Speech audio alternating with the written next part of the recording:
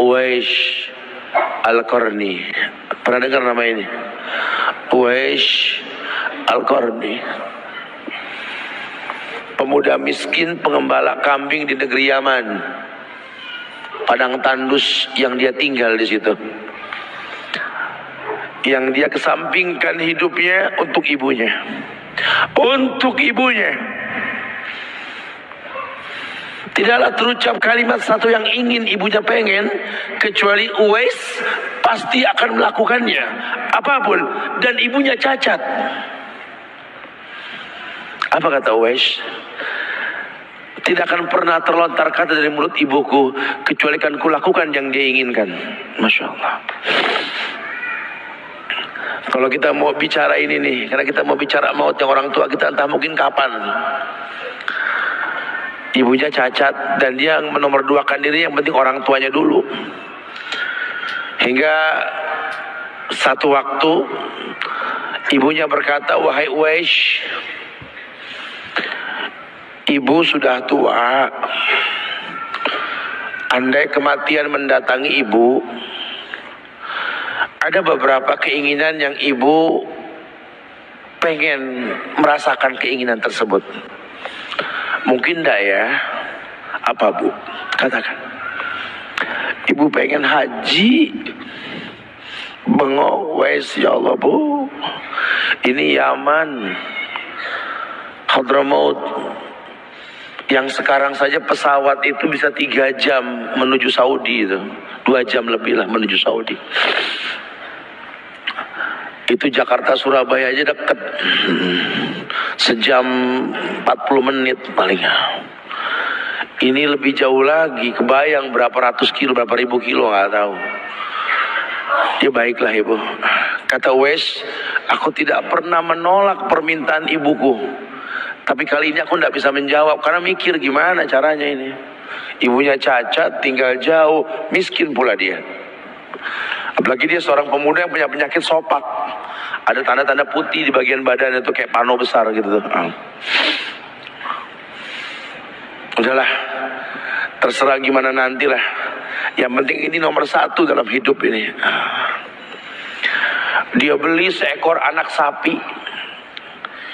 Digendong tiap hari itu sapi sama si Uwais menuju puncak gunung. Turun lagi. Gendong ke atas, turun lagi tiap hari. Sampai orang bilang, Uwais gila no. Orang sapi dipiara, dia digendong. No Uwais no. Tiap hari naik gunung yang tinggi. Sampai nggak berasa, dikatakan 8 bulan dia lakukan itu. Sehingga terbentuklah fisiknya yang bagus karena olahraga tiap hari bawa itu sapi. Dan sapi itu makin berat. Dalam hikayat dikatakan sampai di atas 100 kilo itu sapi. 8 bulan. Kemudian dia tetap gendong ke atas dan dia yakin, bismillah, saya yakin. Sampailah bulan haji. Ibu naik ke pundakku. Digendong ibunya dari negeri Yaman. Subhanallah. Gak ada yang gak mungkin, lihat. Dibawa ibunya ke Mekah, bertawaf di Ka'bah. Dunia menyaksikan. Bahkan hikayat mengatakan dia sempat bertanya kepada sahabat Abdullah bin Umar, aku telah menggendong ibuku dari negeri Yaman menuju Mekah, bertawaf di Ka'bah ini. Sudahkah aku membayar jasa ibuku? Apa kata sahabat Abdullah bin Umar?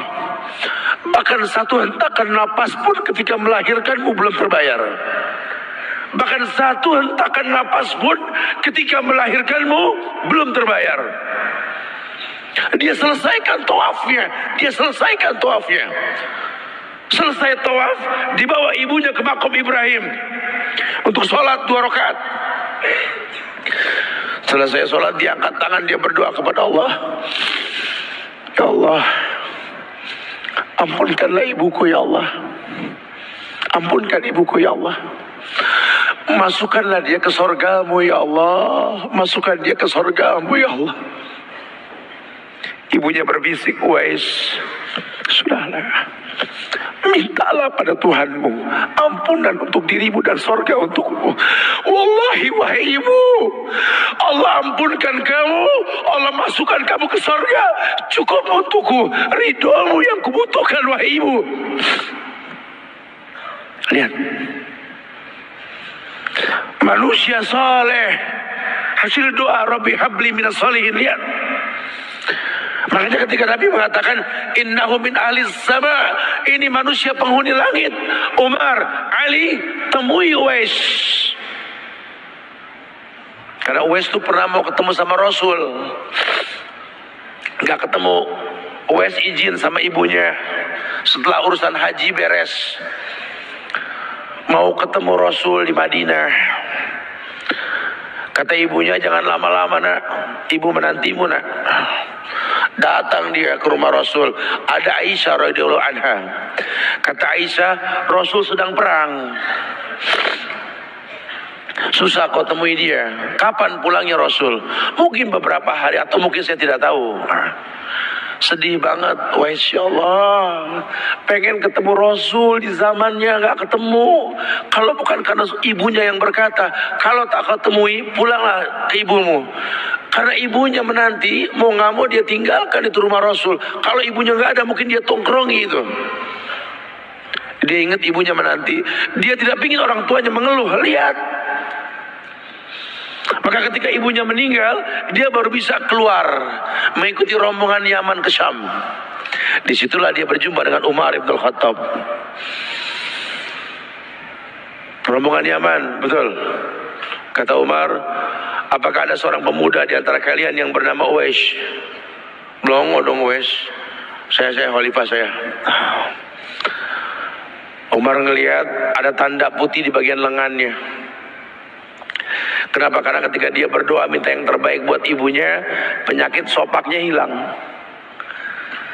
Allah sisakan di bagian lengannya putih sedikit. Itu sebagai tanda yang Rasul mengatakan cirinya anak muda ini punya tanda sopak di bagian tangannya.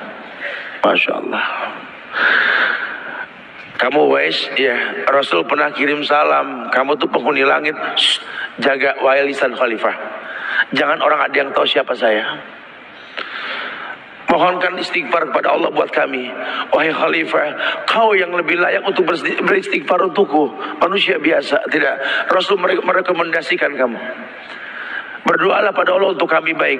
Setelah aku berdoa, anggaplah aku sudah tiada. Merendah. Manusia yang mengerti tercipta untuk beribadah. Lihat, kalau Uwais mengangkat tangan ke langit, langit bergetar. Apalagi cuma pekerjaan, apalagi cuma perusahaan kecil yang kita punya, apalagi cuma usaha-usaha kerental-kerentil yang kita usahakan. Ya Allah, ambil semua hartaku, ambil ya Allah, ambil semua titipanmu ini, ambil ya Allah. Tapi tolong jangan ambil kasihku pada kedua orang tuaku ya Allah. Itu kebenaran. Apa artinya hidup tanpa ridho mereka? Sementara yang kita rasakan sekarang keributan antara anak dengan orang bernama Uwais Al-Qarni. Pernah dengar nama ini?